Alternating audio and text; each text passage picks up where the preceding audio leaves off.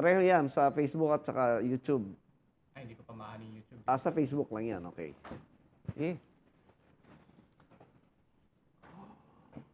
Okay, live na. alright, good morning po mga friends. Today is May 24, nearing po sa last Sunday. Pero last Sunday po, nandiyan kami sa Batangas po, yung last Sunday of the month. I hope po you're doing well, yung mga viewers natin, mga friends. At kami po ay patuloy po na we'd like to minister to you yung mga bagay po na aming nakikita. And I know out there po maraming taong nagtatanong, naghahanap, nagsasaliksik. One thing I advise po, medyo lumalabas na po kayo sa religious mindset. It's an era po, a time wherein ang information po ay talagang totally available sa lahat. Unlike 20, 30 years ago, confined ka lang sa belief ng iyong religious group or teacher. But now po, pamihira po, when you open your cell phone, when you open your laptops, available po lahat ng information sa internet. This is the age po, makalaya po, maliberate yung mga tao from the bondage po ng religion, right? So we are encouraging everyone to listen and to study with us po yung scriptures as long as we live. Mahalaga po yan. Before we start po, let's open po sa prayer. Okay, let's pray po. Lord, once again, thank you for this wonderful day, this wonderful month. Please bless us, guide us, and help us, guide us through our study for today's topic about Satan, angels, and demons. Please keep helping us. Thank you for all the lessons you have given us, all the knowledge you have shared with us. In Jesus' name, amen. Yeah. Realizing po this opportunity po to be on air. This is a great opportunity for each and every one of us to have a part po sa choices ng mga tao on what they think, on what they believe, etc. And it's not only sa Philippines. Actually, we have a friend from South Africa po na nag-friend request sa akin, and meron kaming continuous communication kasi napanood niya yung isang segment ng ating teaching do sa isang group nila at nakipag-friend sa akin, and you don't know who are those people who are reaching this kind of ministry. It affects po and reach the whole world. Yan po yung wonder dyan, mga friends. That's why one thing po, bakit po tayo nag-on air? Because we have something to share to the world. Yan po yung ating natitiyak. Therefore, we are having this. And before I call po yung ating speaker today, Brother Pryon, he is going to continue po yung series of study about Satan, angels, and demons. I would like po to give you some scriptural truth why we are doing this. Tingnan niyo po yung 2 Corinthians 4:13. Bakit ba tayo nag-on air? Bakit ba tayo nag-i-insist na magbigay ng mga series of study? Because of this. Ang sabi po ng 13, we having the same spirit of faith. Ito po i-address sa mga believers, right? According as it is written. Now notice po, yung faith na sinasabi yan, the spirit of faith is according as it is written. Meaning, hindi po galing yan sa mindset ng mga tao. It came from a scriptural, which is the written authority, na pinapaniwalaan natin, and we hold on to that. That is the divine scriptures that is divinely inspired by God Himself. So, kaya ang sabi, according as it is written, everything we believe, everything we teach po is according to the scriptures. Because ang sabi doon, I believe. Yeah, we are giving this because we believe this. And therefore, have I spoken, we also believe, and therefore speak. When we speak, when we teach something, we wholeheartedly believe this because before po na aming i-broadcast ito, pinag-aralan na po natin, mga friends. And mind you, ang inyong lingkod po, hindi po ako ignorant sa prevailing belief ng marami among this religious group because I came from different views of religious group. That's why hindi po ako strange sa mga doctrines nila. And why I changed po my belief? Because I continue to study and I found out po napakaraming error po ng mga traditional teaching, especially sa dispensationalism. Kaya I move po sa view na ito.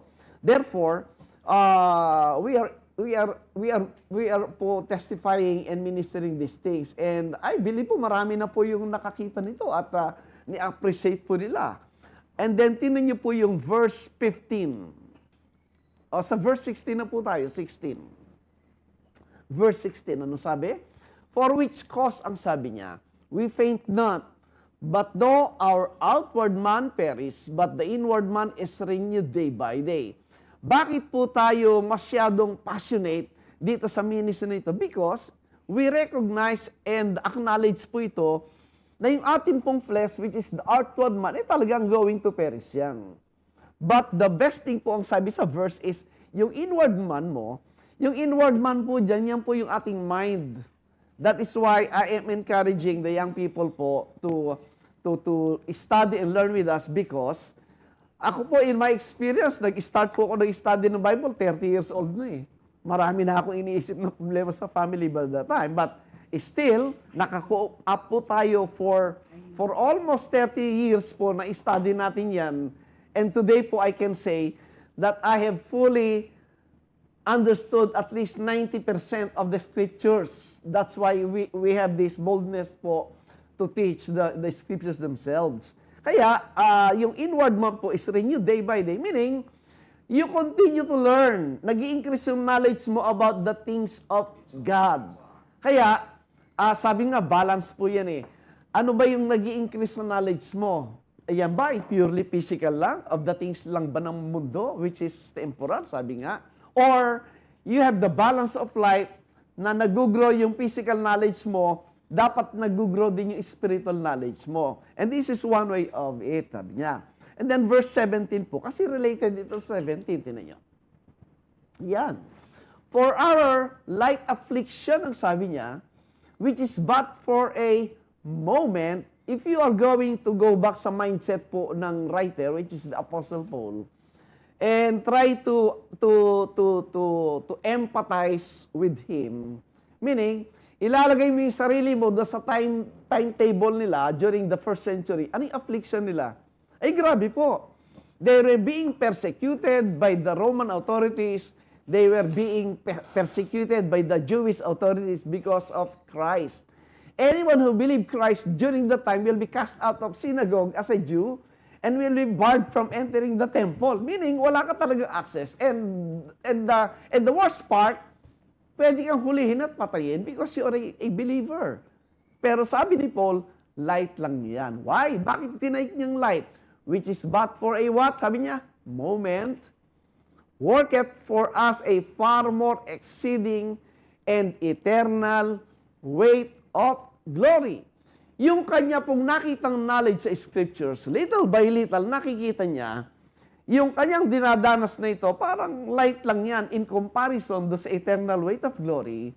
That's why sabi niya, for a moment lang naman yan. Kaya nga kanina on the way here, at saka kahapon na-realize ko, kasi may nagtanong sa akin eh, Brother Ray, bakit hinayaan ng Diyos na tayo dumanas ng ganito?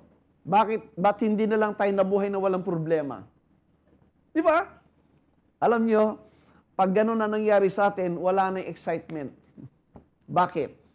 In our personal life, in this present physical life, if you are in Christ and have that sweet and what you call this, close relationship with the Lord Himself, yung dinadanas natin sa buhay natin sa physical, doon mo mararanasan yung comfort and stability, assurance ng promises at presence ng Diyos sa buhay mo. Pero kung wala kang nararanasan na problema, hindi mo ma-appreciate yun. Kasi wala ka nang hihingin sa Diyos eh.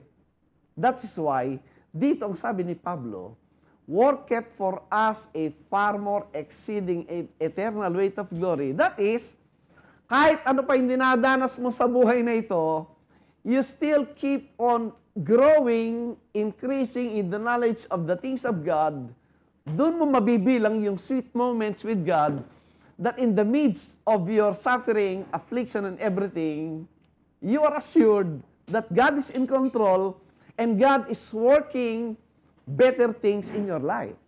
Diba? Pero pag wala yung suffering, walang affliction, hindi mo maintindihan yon. That's why, yung ating sweet moment talaga in this physical life, kahit maraming problema, because when you reach the end po ng physical life, that's the time po yung full understanding and knowledge ng spiritual realm, doon mo na makikita yon. Hindi ba, pagdating sa panahon na yon, lalo mo ma-appreciate yung pag-ibig ng Diyos that in spite of your suffering and affliction sa iyong physical life, nakita mo, hindi ka pinabayaan ng Diyos. Di ba sweet yun? Pag wala ka experience na gano'n, you can never appreciate yung faithfulness ng Diyos. That's my answer there. Kaya dito po, kung atin titinan yung mindset ni Paul, yun po yung nakita. That in spite of the affliction, nakita niya for a moment lang, and it worketh for a more blessing. Sabi niya, verse 18 po, tinan niyo, bakit? Verse 18. For we look not, eto po yan, at the things which are seen. Alam nyo, when you grow in faith, when you grow and increase in the knowledge ng mga bagay ng Diyos sa kanyang heavenly blessing and realities, you will learn to look not at the things which are seen, but the things which are not seen, sabi niya. Pero kung mababaw pa yung iyong unawa sa mga bagay ng Diyos, sabi niya, for the things which are not seen are temporal. For the things which are seen are temporal. Pag ikaw ay bumabatay lang sa visible, naked, carnal understanding and outlook on the things, so sabi niya, temporal lang yan. But the things which are not seen are what? Eternal. What we are doing po here is we are ministering the unseen words of God, and hindi natin alam kung sino makaka-receive niyan. No? You will be surprised. Meron palang nakapanood at nakarinig niyan sa buhay, sa iyong pag-witness, at nakinabang po yung tao doon. At ito po yung mahalaga kahit sa anong uri ng salapi, because these things, pag natanggap po ng tao na yan, dala po niya dyan ng eternal and forever. Hindi na mawawala sa tao yun. That's why we are doing this. So mga friends, I am praying and looking forward sa mga young people today na mag-open ng mind nila, because, maraming matatandang pastor ngayon, mahirap ng turuan.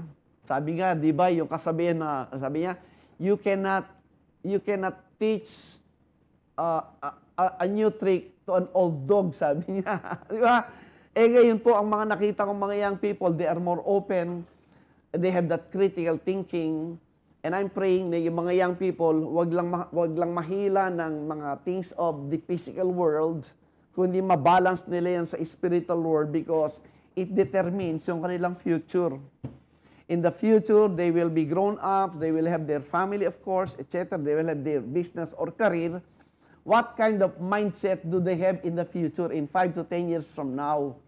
Kaya po yan problema ng ating bansa ang mga leaders natin that were grown up ngayon, anong mindset meron sila ngayon? Karamihan po, flesh lahat. Karamihan, physical lahat. Power, money, intimidation. Lahat po yun flesh. But when these young people that were nurtured at na-trained sa Word of God, mag-iiba po yan. That's the time po mag-iibang takbo ng ating society, ng ating government. So we are doing this po in our own little way, makaproduce po tayo ng mga young people na pwedeng maging ministry po ng salita. Today po, I will call po itong ating speaker today, si Brother Prion po, to minister po yung series po na study niya about the angels po. And you will see po, from the scriptures po, i-define. And ano ba talaga yung tawag dito, yung idea natin about angels. Kasi yung idea natin ng angels, nasanay tayo sa doon sa traditional, pero wala namang basis. There are angels na may pakpak, there are angels sa babae, etc. When you study the Bible po, hindi po yun ang makita natin, mga friends. Wala tayong makitang angels na may pakpak. Wala tayong makitang angels na babae dito. And what is the meaning po ng word angel sa Bible? So let's call Brother Pryon po, itong ating young people that we are training po and praying for that time will come, ay maging full-time minister po ng salita ng Diyos sa ating panahon. So let's call him po.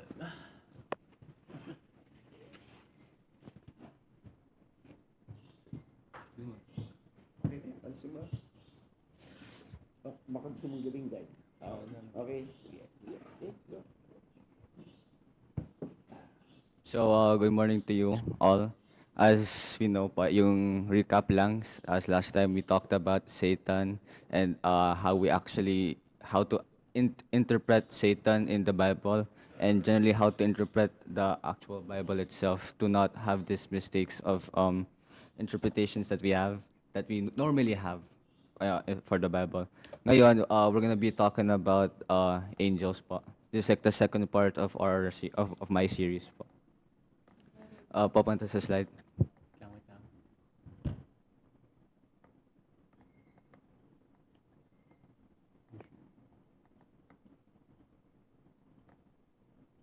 So, understanding what angels really are. Next slide. First, we have to understand God's commandment in Isaiah 34, verse 16. Pakibasa.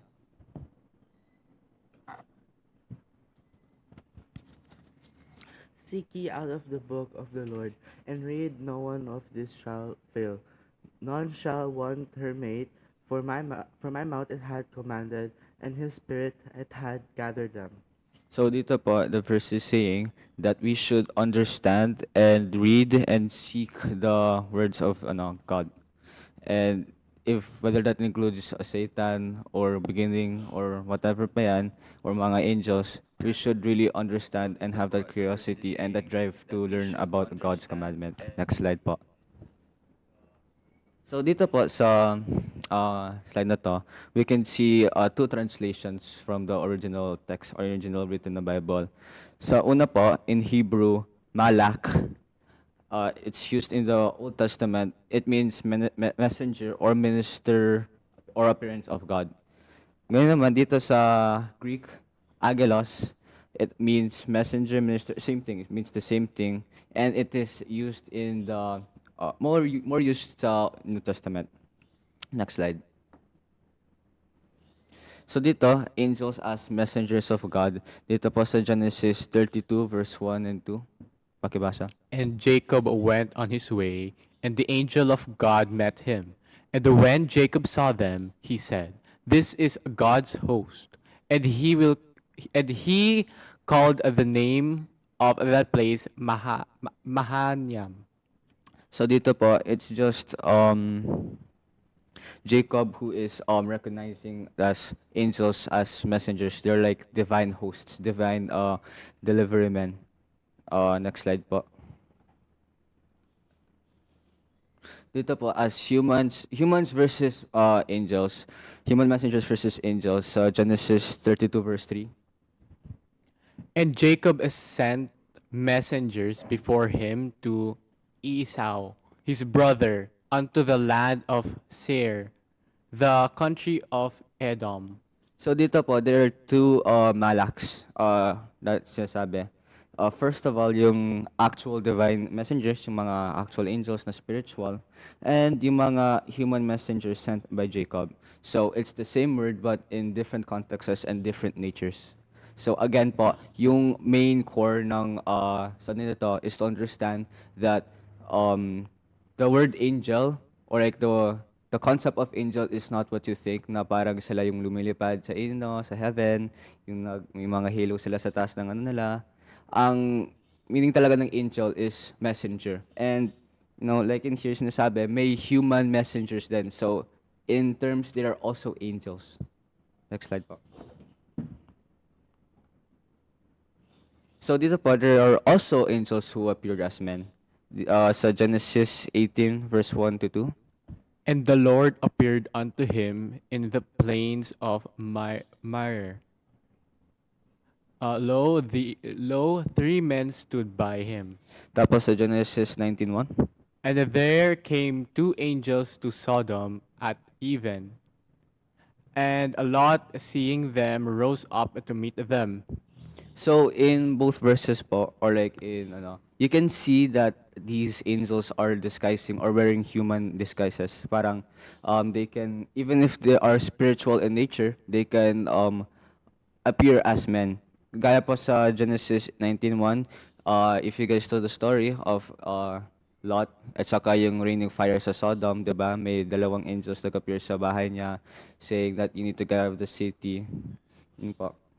So there were 3 men. There were also 3 men who visited Abraham sa Genesis 18:1 to 2. There was one. One was the Lord. 2 were angels, but all 3 of them naman they appeared as man. Next slide po.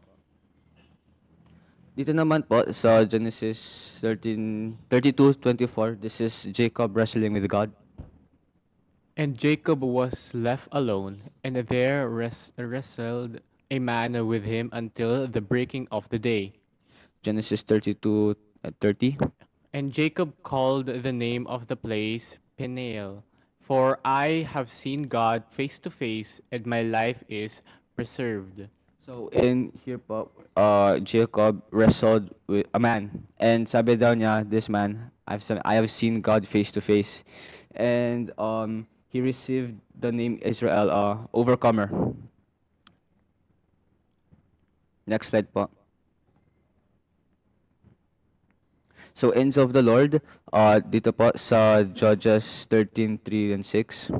And the angel of the Lord appeared, and his countenance was like the countenance of an angel of God, very terrible. Judges 13:20 to 22. The angel of the Lord ascended in the flame of the altar. Then Manoah knew it was an angel, and Manoah said, "We shall surely die, because we have seen God." So in here, it's talking about a man of God. Then tapos nag-ascended siya into the altar of flame. Ngayon, can any man do that? Can they ascend to the flame na literally? So actually what he's saying here is that they have seen an angel. And it's not a man. Next slide po.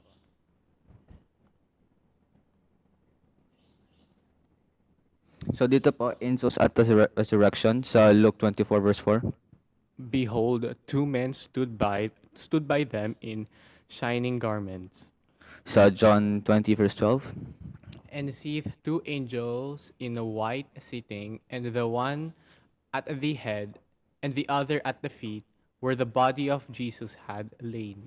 So in here po, Luke calls them men, pero John calls them angels. It's the same event, tsaka same beings po that confirm that angels can appear as humans. So yun ba, sa Luke 24 verse 4, 2 men in shining garments, pero sa John 20 verse 12, 2 angels in white.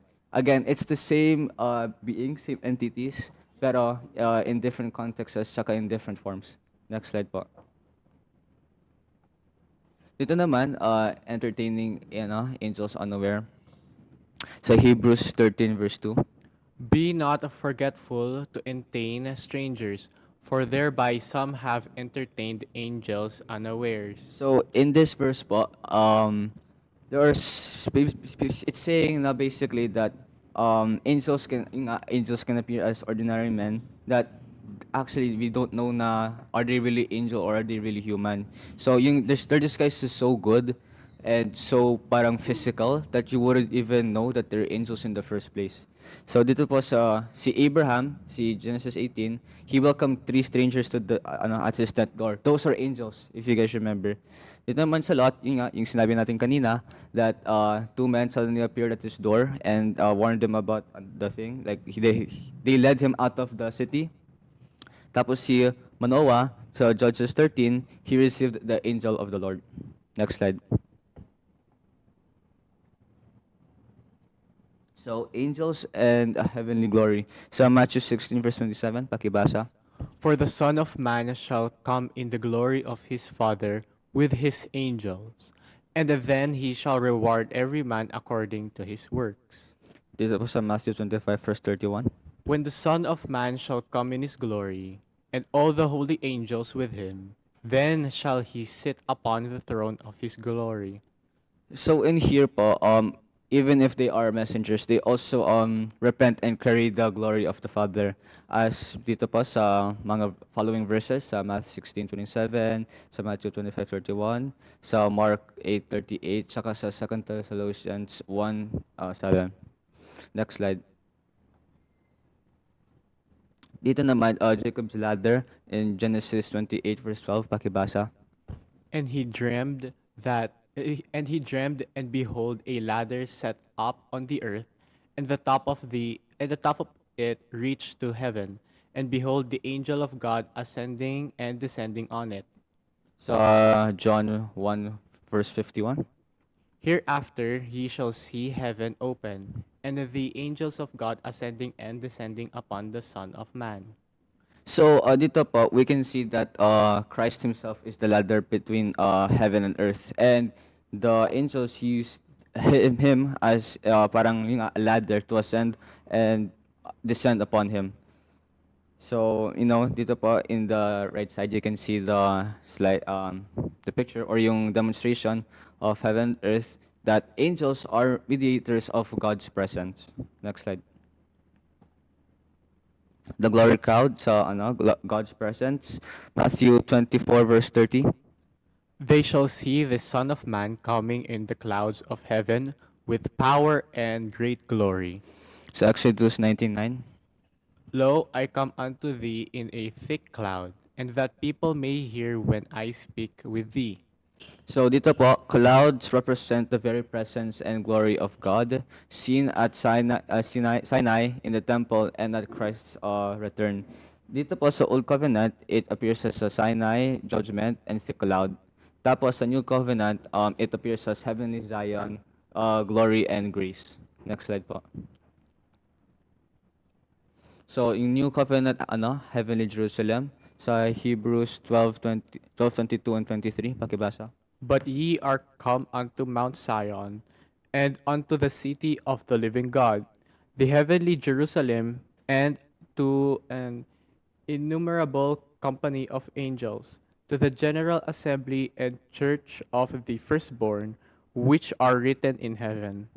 So under the New Covenant, believers have come to heavenly Zion, where an innumerable company of angels dwells alongside the church of the firstborn. So in heavenly Jerusalem, there's the city of the living God, and then innumerable angels assembled before God, and the church of firstborn written in heaven. So all of these confirm the existence and purpose of angels. Next slide. Dito po, so in conclusion of what we've learned, messengers, right? Angels like Malak, Agelos, ang main purpose nila and their main sole guide is to deliver messages. Tapos invisible, they are spiritual beings that can be both spiritual and physical whenever they want. Such as yung nakita po natin na they can appear as men. Tapos dito po sa manifestations of God, they often appear often the Lord himself appearing as a man. So that again can be classified as an angel because nagde-deliver sila ng message or nagde-deliver siya yung message. So again, manifestations or physical forms. Next slide. Next line. There are bearers of glory. As you guys know, yung mga seraphim saka cherubims, they use this. Parang these angels naman, they mostly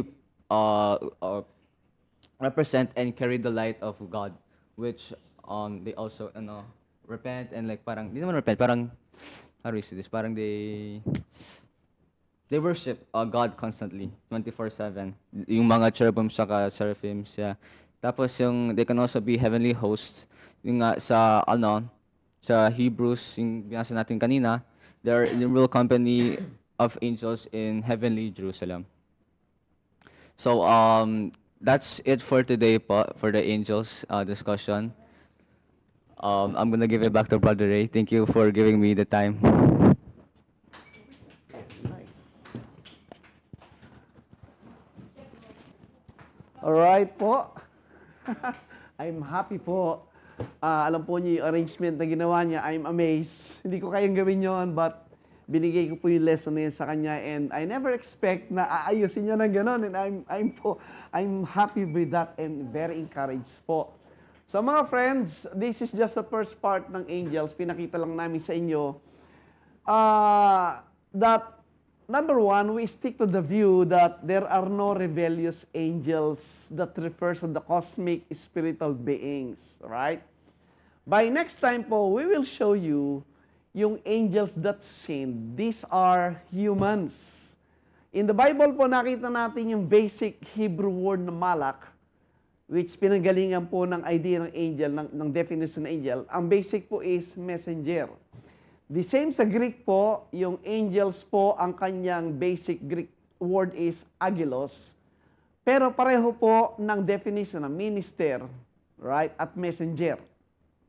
At pareho po yung malak, agilos, basic definition, messenger. So every time you hit the word messenger in the Bible, you see to it, messenger of who? If it's a messenger of God, yun po yung mga angelic spirits, right? Pero pag messenger of God, like si Moses po, nagsesend ng messengers, si David nagsesend ng messengers, si Jacob likewise, may mga messengers silang sinisend, pero mga tao yun. But basically, you can use the word angels to them because the same definition ng angels, messenger. Therefore, pagdating po natin sa New Testament, makita natin, there are angels that sinned, sinasabi.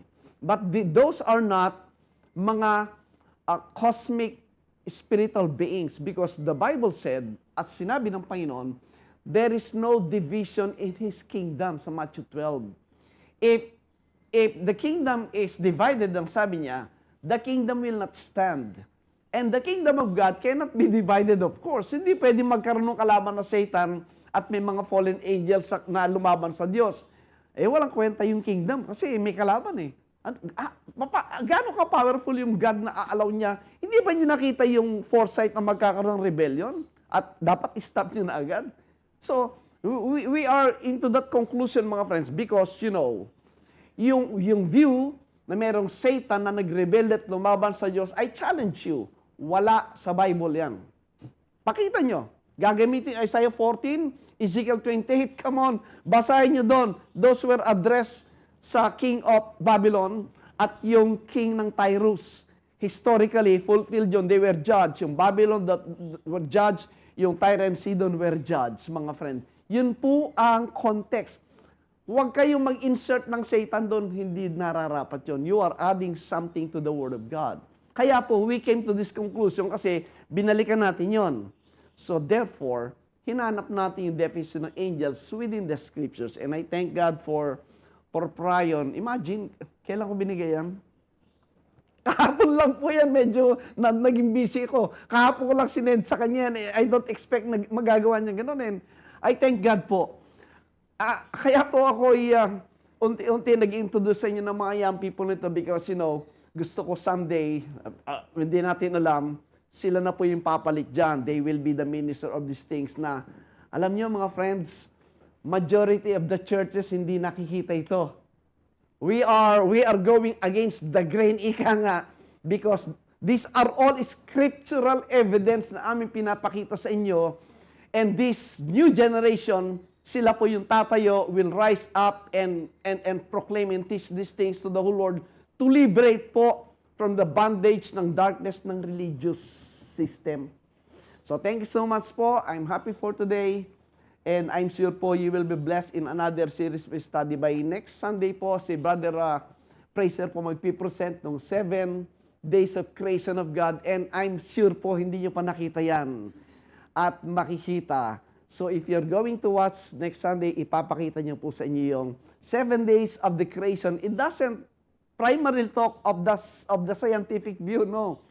We stick to the common sense and logical reason kung bakit sinulat ni Moses, ibinigay ng Diyos wisdom to write Genesis for the purpose of instructing, showing the history of the nation Israel and the new covenant Israel of God. So thank you so much for watching. I hope naging blessing po this lahat. Let's close po sa prayer. Okay, let's pray po. Lord, once again, thank you for this wonderful Sunday, this wonderful study presented by Bro Fryon about Satan, angels, and demons.